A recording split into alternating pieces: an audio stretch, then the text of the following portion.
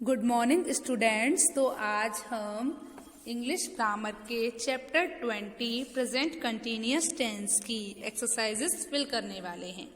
क्या करने वाले हैं बच्चों? आज हम इंग्लिश ग्रामर के चैप्टर 20 प्रेजेंट कंटिन्यूअस टेंस की एक्सरसाइजेस फिल करने वाले हैं। तो मैंने आपको सिखाया था कि प्रेजेंट कंटिन्यूअस टेंस क्या होता है। प्रेजेंट कंटिन्यूअस टेंस में हम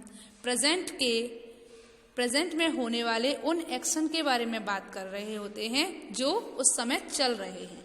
जैसे वह खाना खा रहा है, तो खाने का काम हो रहा है ना, वह किताब पढ़ रहा है, तो पढ़ने का काम चल रहा है ना।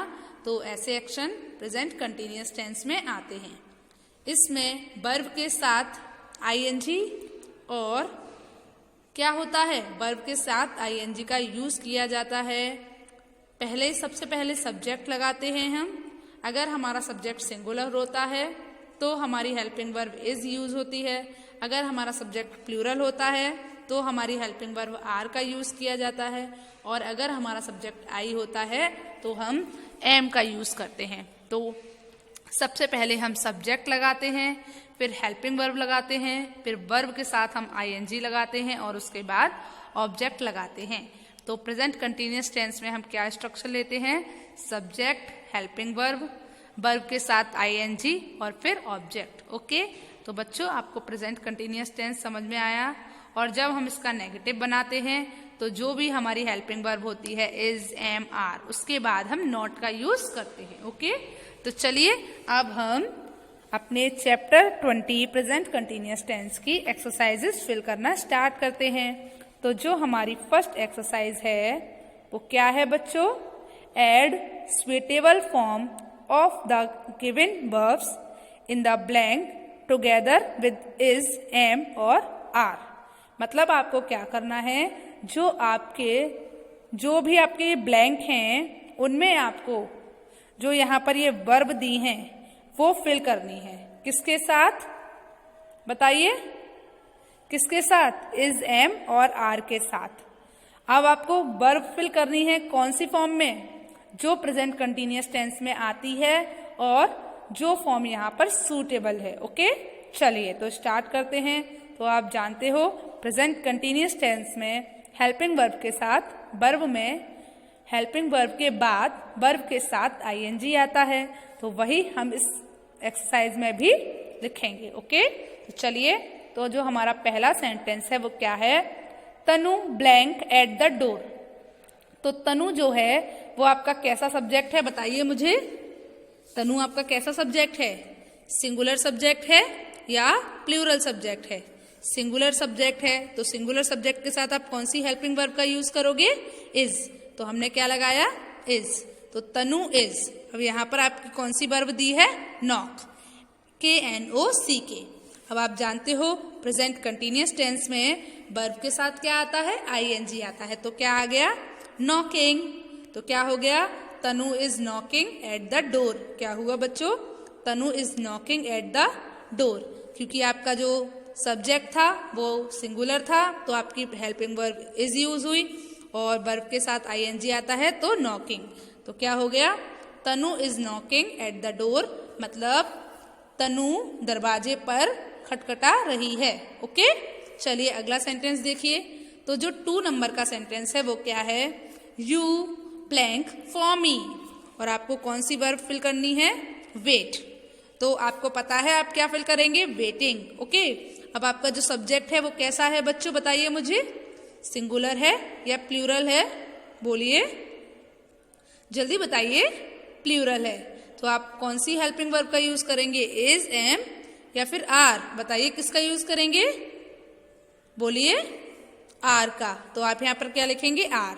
तो क्या आया बच्चों बताइए? You are waiting for me, मतलब तुम मेरा इंतजार कर रहे हो। You are waiting for me, तुम मेरा इंतजार कर रहे हो या फिर तुम मेरे लिए इंतजार कर रहे हो। ओके, तो बच्चों यहाँ पर तो आपको पता है आर लगाया, उसके बाद आपने वेट में क्या लगाया? आईएनजी। तो क्या हो गई? वेटिंग। तो you are waiting for me. Okay, चलिए अब हम अपना 3rd नंबर का सेंटेंस देखते हैं। तो 3rd नंबर का जो सेंटेंस है वो क्या है? The stars blank in the sky. Okay, the star blank in the sky. और आपको इसमें क्या फिल करना है? शाइन। तो शाइन का क्या हो गया? शाइनिंग। अब स्टार्स आपका बताइए सिंगुलर सब्जेक्ट है, तो द स्टार्स कैसा सब्जेक्ट है बताइए आप, सिंगुलर या प्लूरल? प्लूरल। तो इसके लिए हमने क्या यूज किया है? आर। तो the stars are the shining in the sky, मतलब क्या हुआ? आसमान में तारे चमक रहे थे। आसमान में तारे चमक रहे हैं, सॉरी थे नहीं हैं। The stars are shining in the sky, मतलब आसमान में तारे चमक रहे हैं। समझ आया आपको? तो इसमें हमने क्या फिल किया है बच्चों? Are shining. चलिए अब हम अपना अगला देखते हैं।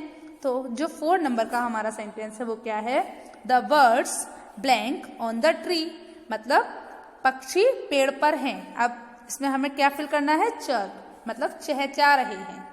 तो आप बताइए बर्ड्स के साथ आप इज लगाएंगे, एम लगाएंगे या फिर आर लगाएंगे? क्या फिल करेंगे हम? बर्ड्स आपका सिंगुलर सब्जेक्ट है या प्लूरल? प्लूरल ना, तो आप क्या लगाओगे? आर लगाओगे। ओके, तो द बर्ड्स आर। फिर वर्ब के साथ आईएनजी, तो चर्पिंग, तो क्या हो गया? The birds are chirping on the tree. तो क्या फिल हो गया बताइए? The birds are chirping on the tree, मतलब पक्षी पेड़ पर चहचहा रहे हैं। क्या हो गया? पक्षी पेड़ पर चहचहा रहे हैं। चलिए अगला देखिए। तो अगला जो सेंटेंस है वो है B blank you the truth. B blank you the truth, और इसमें हमको क्या फिल करना है? टेल, मतलब हम सच बता रहे हैं, हम तुम्हें सच बता रहे हैं। क्या हो गया? हम तुम्हें सच बता रहे हैं। तो आप बताइए आपका जो सब्जेक्ट है वी, उसके साथ आप कौन सी हेल्पिंग वर्ब का यूज करोगे? आर, इज या एम? बताइए। आर। किसका यूज करेंगे हम? आर का। तो वी आर और वर्ब के साथ आईएनजी, तो क्या हो गया? टेलिंग।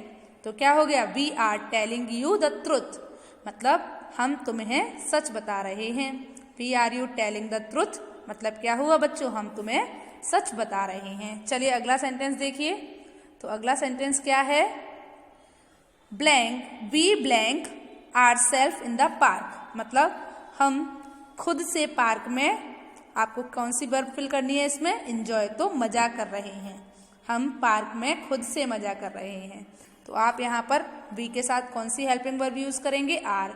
तो we are enjoying, we are enjoying ourselves in the park. तो क्या हो गया बच्चों?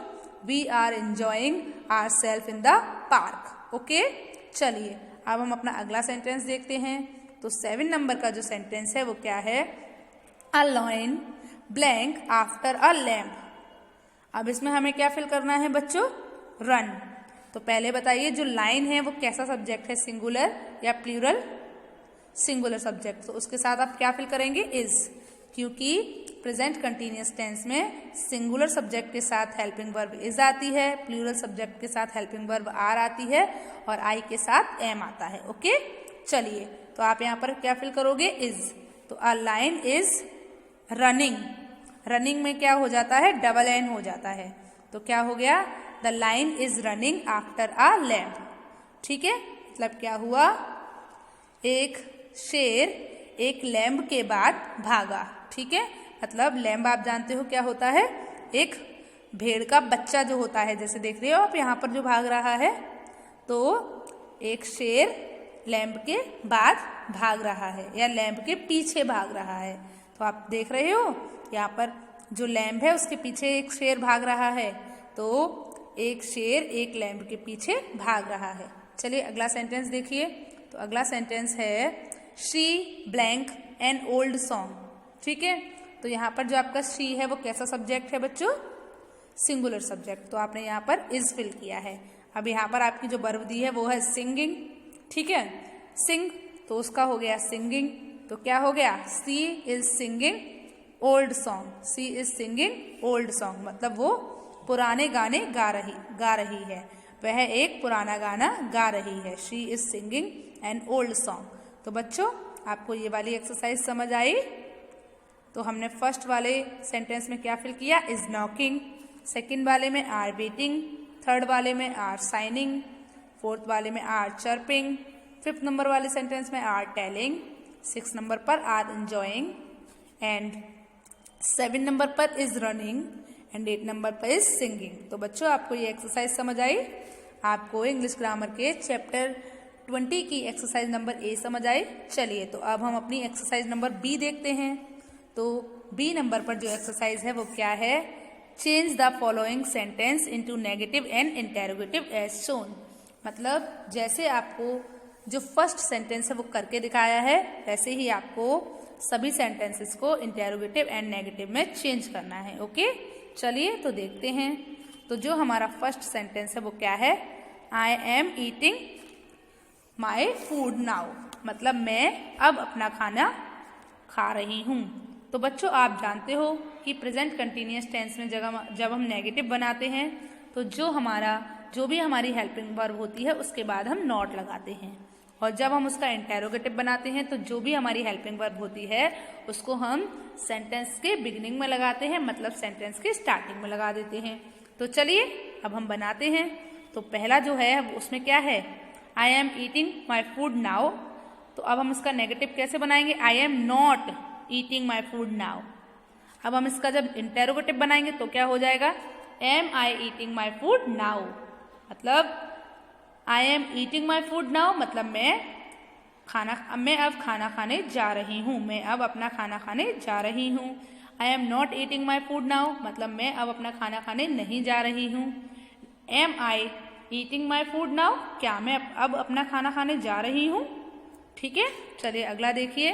तो ऐसे ही अगला वाला, the young man is shooting with a camera. मतलब एक जवान आदमी कैमरे से शूटिंग कर रहा है। ठीक है, अब एक जवान आदमी कैमरे से शूटिंग नहीं कर रहा है, तो the young man is not shooting with a camera. मतलब जो जवान आदमी है वो कैमरे से शूटिंग नहीं कर रहा है।